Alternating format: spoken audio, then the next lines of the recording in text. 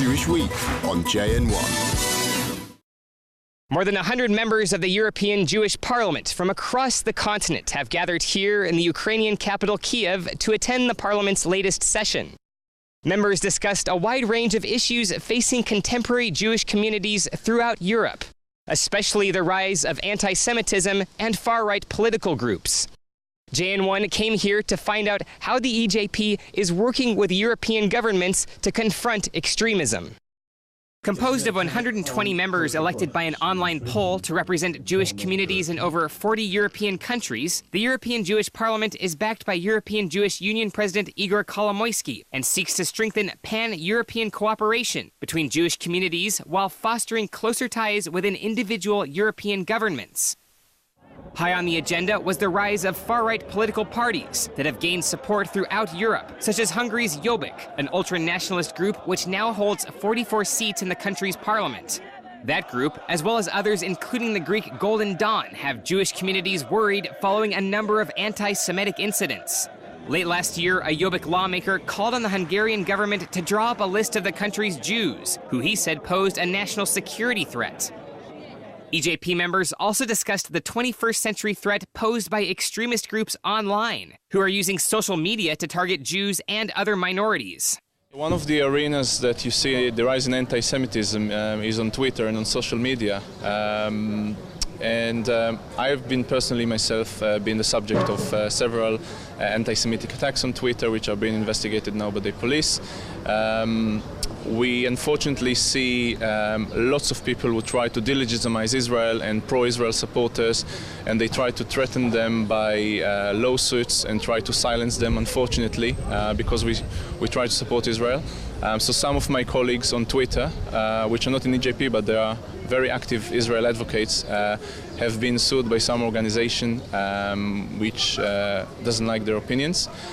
And I think that we need to understand that the debate today can be really shaped through Twitter, and that's why we have the European Jewish Parliament Twitter, to participate in the debate, to voice our concern, our beliefs, our ideas and what we do. And I think that we need many more people to join us and to help us in our battle for the public opinion, because there are lots of people on the other side who are doing a job to delegitimize Israel on social media, and we need to increase the numbers of people on social media to help us in the battle. With its rising clout, the EJP has recently added a number of new members from across the continent who see it as a place where Jews can unite and reach out to European leaders and citizens. I think that right now with the new immigration also in Europe, we need place, and EJP can help this to establish normal relationship, to explain and to talk each other, to find a lot of point in common that we have, because we are all normal people that want to live a normal life. So I think that this could be the place, and I'm sure that just talking and through the dialogue we can reach our result. EJP members voted to submit a resolution to the European Union, urging lawmakers to pass a new definition of anti-Semitism so that countries in the EU can more easily prosecute anti-Semitic acts. Actually, we have no legal definition of the anti-Semitism. We do have this working definition, which was more of a recommendation that was used in various cases, but no legal document that will actually come into force in cases when of Holocaust denial or anti-Semitism and so on. That's why, for example, in Romania we have a great difficulty of combating these phenomena, because we do not have such a starting point.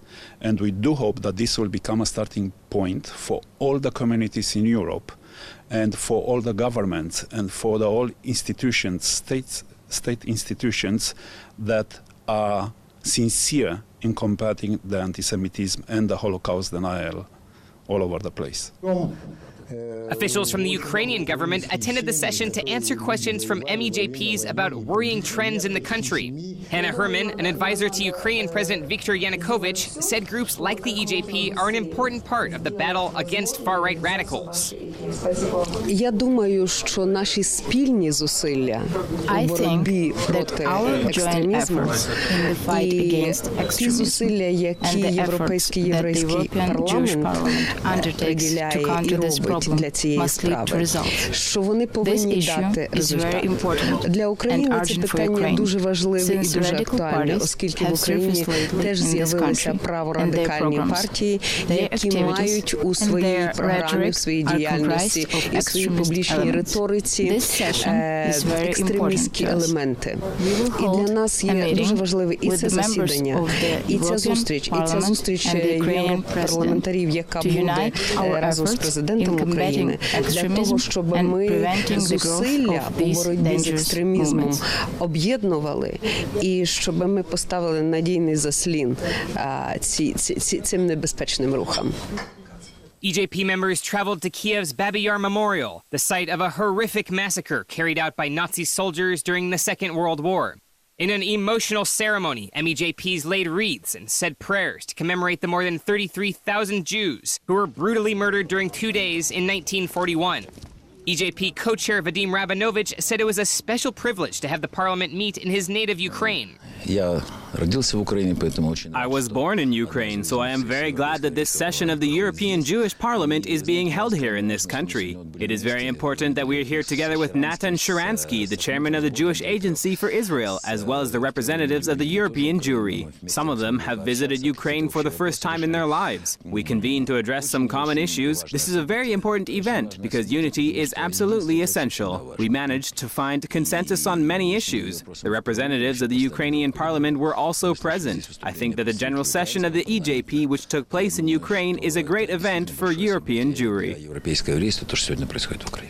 With popular support for far-right groups threatening the stability of governments across the continent, as well as the safety of European minorities, EJP members say they hope to continue working with European leaders to pass meaningful legislation to protect the rights of Jewish communities throughout the region.